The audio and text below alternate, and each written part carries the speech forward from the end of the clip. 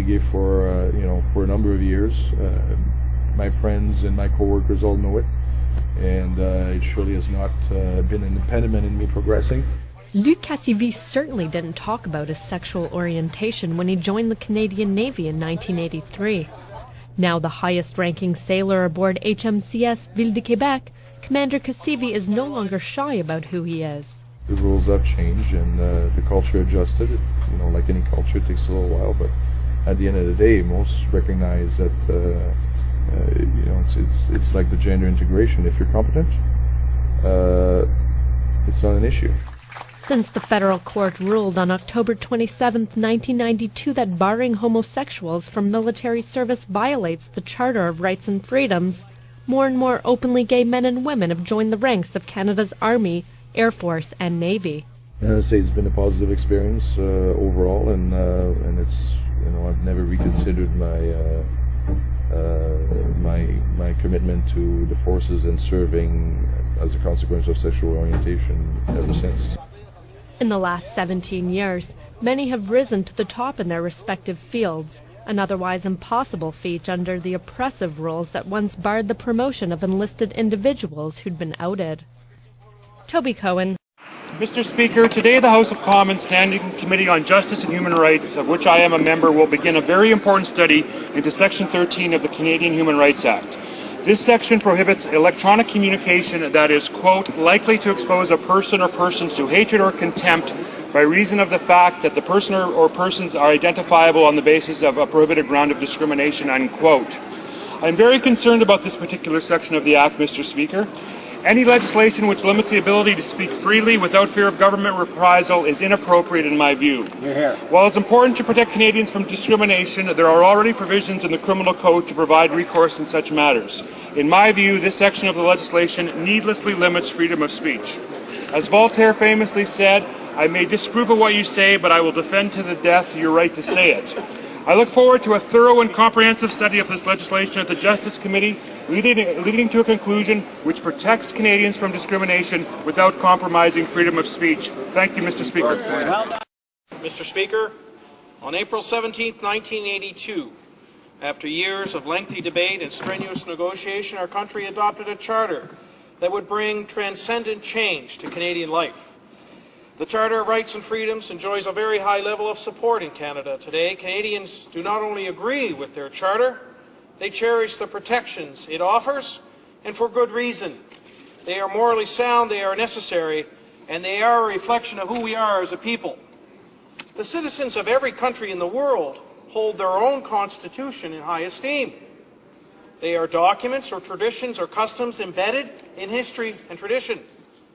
Even every good conservative Republican wraps himself or herself in the American Constitution.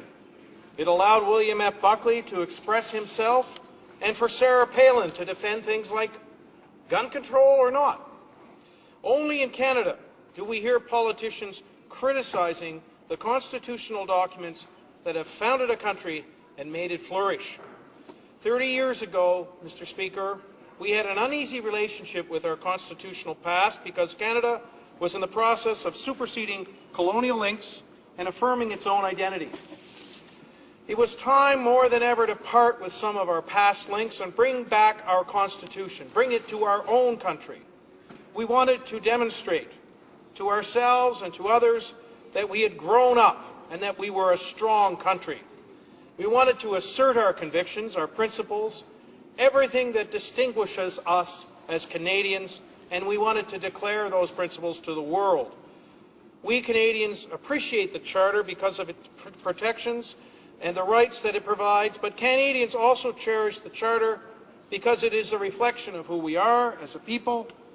The Charter of Rights, Mr. Speaker, embodies the character of the Canadian people. The Charter inspires us and appeals to the best of us as Canadians.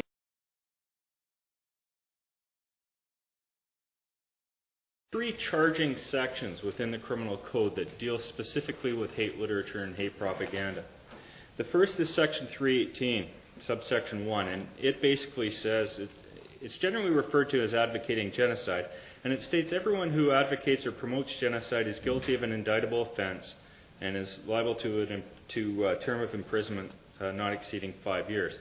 This section then goes on to define genocide as any of the following acts committed with intent to destroy in whole or in part any identifiable group, namely by killing members of the group or by deliberately inflicting on the group conditions of life calculated to bring about its physical destruction. The next section is section 319, subsection 1, and it's basically called public incitement of hatred.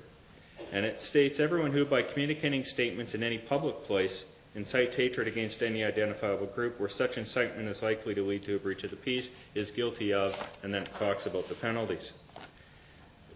Section 319, subsection 2 is generally referred to as willful promotion of hatred. And it states, everyone who by communicating statements other than in private conversation willfully promotes hatred against any identifiable group is guilty of, and then it talks about the penalties. It's important to, when we're discussing this, and I often bring this up because it's a pet peeve of mine, the Parliament, when they wrote these sections in 6970, went on to define identifiable group. In other words, the protected groups under these legislation.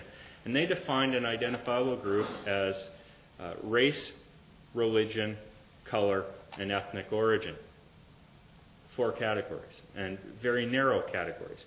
And that's the law as it sits right now. There is another section, section 320, which is not a charging section. It basically allows the police to go to a justice, get a warrant, and enter a premise to seize hate literature or hate propaganda for destruction. There's no charges under this section. It simply allows the police, under the authority of the court, to enter a premise, seize material, and have it destroyed.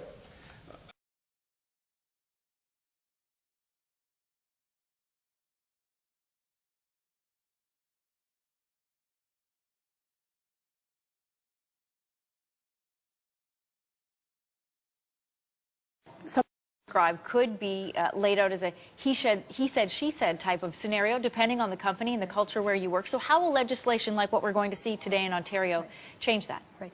With the new legislation, which goes into effect today, it's addressing workplace violence, domestic violence, and workplace harassment. So if you look at workplace harassment, it is subjective, and so the legislation identifies it as any vexatious comments or behaviors that are known to be unwelcomed on any part. So a reasonable person, how would you receive this type of behavior?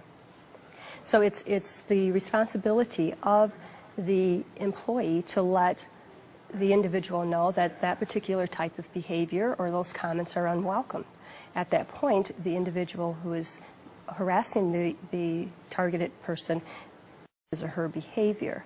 And so with this legislation, it is subjective, but bottom line is the goal is to create a healthy, positive, respectful workplace for all employees. Lisa, thanks for coming on today, sharing your personal experience and explaining for us a little bit more about what this law now means for employees here in Ontario. For employees, what this law means is that employees can now go outside of the organization if they feel that their complaints, their concerns have not been addressed properly, so they can contact the Ministry of Labor, and the Ministry of Labor can come in and do some type of investigation and to make sure that the employer is in compliance with. On December 10th, 2009, the Ontario government passed Bill 168, which amended the Occupational Health and Safety Act to address the issues of workplace harassment and violence. As an employer in Ontario, you have a legislated obligation to provide a safe and healthy workplace for your employees. That obligation now clearly includes freedom from harassment and violence. The first step towards avoiding the potentially costly complications of a harassment complaint is the development of a well-thought-out set of policies and detailed procedures that will clearly communicate how you will deal with harassment in your workplace. A thorough harassment policy should include a strong statement of your commitment to providing a workplace free of harassment and violence, a clear definition of what constitutes harassment, the procedure for your employees to report an incident of harassment or violence, and the detailed procedures to be followed in response to a harassment or violence complaint.